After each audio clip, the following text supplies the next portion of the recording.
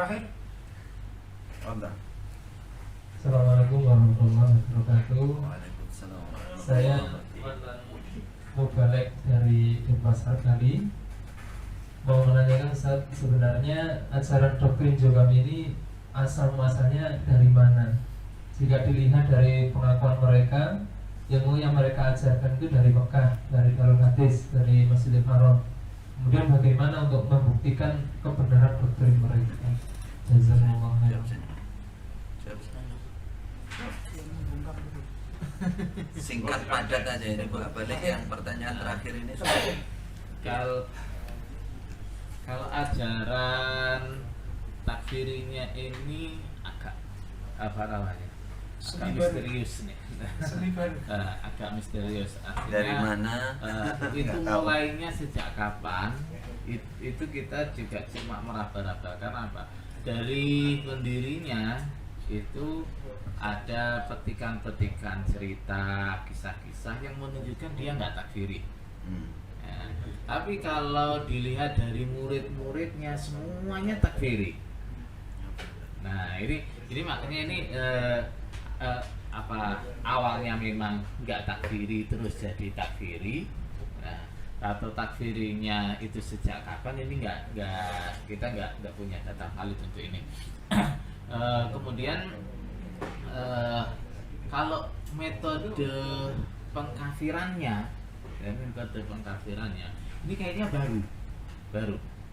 Nah, firqah dengan metode pengkafiran seperti Jogam ini kayaknya masih baru.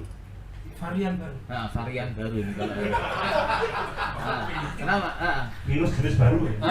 Ya, jenis baru ini. Soalnya literatur firqah itu belum ada nih firqah seperti ini. Model kayak gini belum. Ini memang model anyar. Cuplikan. Bisa dikatakan ini memang firqah asli dari tanah Jawa ini. Hasil dari cuplikan. Terus di dalamnya isinya ini gaduh-gaduh. Isinya gaduh-gaduh. Misalnya model takfirinya Khawarij.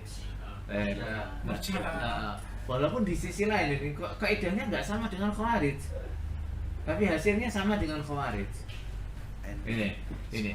Jadi kalau kaidahnya juga kan mereka tidak mengkafirkan pelaku dosa besar. Ya kan kalau ngaji ya, pelaku dosa besar nggak kafir. Gitu. Kalau Khawarij pelaku dosa besar kafir. Nah, juga enggak, ini dalam masalah ini kaidahnya kaidah ahli sunnah, pelaku dosa besar enggak kafir. Nah, tapi gimana juga bisa mengkafirkan orang Islam di luar kelompoknya? Nah, masuk dari masalah imamah. Nah, enggak dua imam uripe halal Islamnya enggak sah. Nah, hasilnya akhirnya sama dengan Khawarij, selain kelompoknya kafir banget. Imamahnya Syiah. Nah, kemudian masalah kedudukan imam di dalam Islam mirip dengan Syiah. Nah, mirip dengan Syiah walaupun istilahnya agak berbeda ya. Kalau Syiah itu imamah itu masuk dalam Lumayan keturunan Nabi. rukun iman. Masuk dalam rukun iman. Turunan Nabi. Terus harus turunan Nabi. Nah, kalau di Jogja enggak. Nah, imamah itu bukan rukun iman, bukan rukun Islam, tapi ini syarat sahnya Islam. Nah, lebih parah. Ini lebih parah. Nah, seperti dengan namanya Varian baru. jenengan mau sholat, syaratnya wudhu.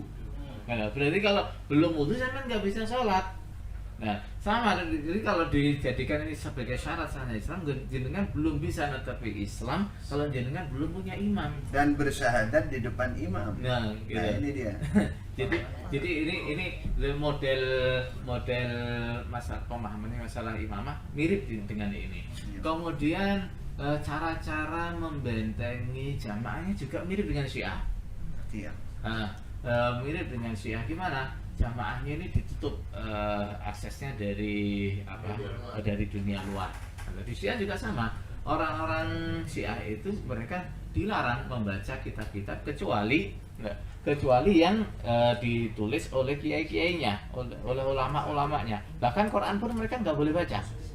Ini di Syiah seperti itu. Kalau di Jokam masih lumayan lah ya.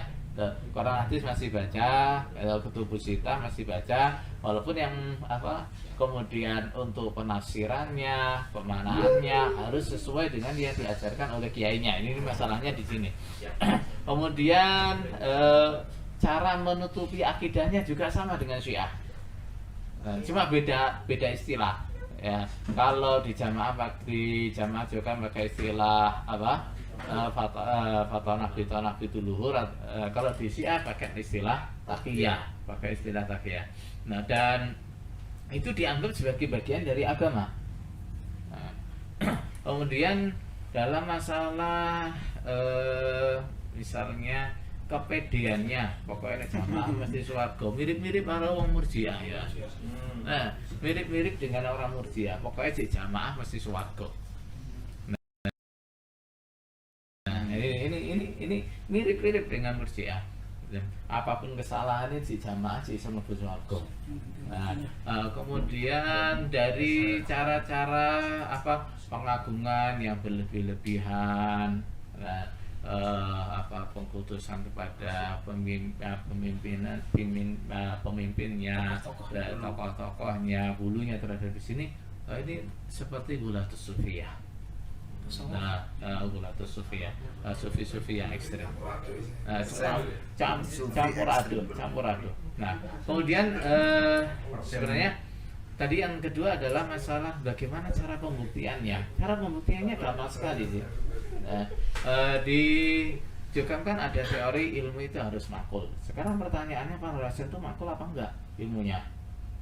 Ya, kalau ilmunya Pak Nur Hasan itu makul, katanya di Jokam kan makul itu enggak boleh beda sama gurunya kan ya. Ya dirunut saja gurunya Pak Nur Hasan itu katanya siapa? Misalnya Syekh Umar Hamdan. Jadi kita coba cari ya, kita tetapkan Syekh Umar Hamdan, ajaran Syekh Umar Hamdan itu seperti apa. Ya, kok ternyata yang diajarkan pendiri Jokam itu tidak sama dengan yang diajarkan Syekh Umar Hamdan, berarti ilmunya wis gak mangkul, wis gak sah. Ya, kalau mereka mengaku gurunya itu Abu Sama Abdul Dhahir, ya dilihat saja Abu Sama Abdul Dhahir itu akidahnya seperti apa, ajarannya seperti apa. Kalau nggak sama berarti nggak mangkul, itu saja. Ya, jadi untuk membuktikan benar apa enggak ya gampang. Makanya kan salah satu cara menutupi kebohongan ini adalah apa? Jamaahnya memang nggak boleh tanya. Ya, kita waktu di Mekah ya, sama pengurus-pengurus itu sering diingatkan, hati-hati loh.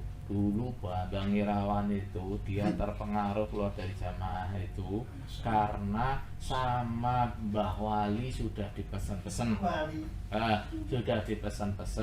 nggak usah tanya-tanya kemana-mana, nggak usah belajar di haram, ngaji saja di rumah sama Mbah Wali. Ternyata dia masih nekat, nggak taat, akhirnya terpengaruh. Nah, ini kan apa sebenarnya ini? Ini doktrin supaya menutupi untuk menutupi kebohongannya tadi. Dan nggak coba-coba tanya kemana-mana, nggak coba-coba cari informasi kemana-mana. Jadi kalau untuk pembuktian itu saja gampang. Kalau dia mengatakan saya lulusan Darul Hadis atau saya lulusan Haram misalnya, ulama-ulama Darul Hadis, ulama-ulama Haram bagaimana dulu ajarannya?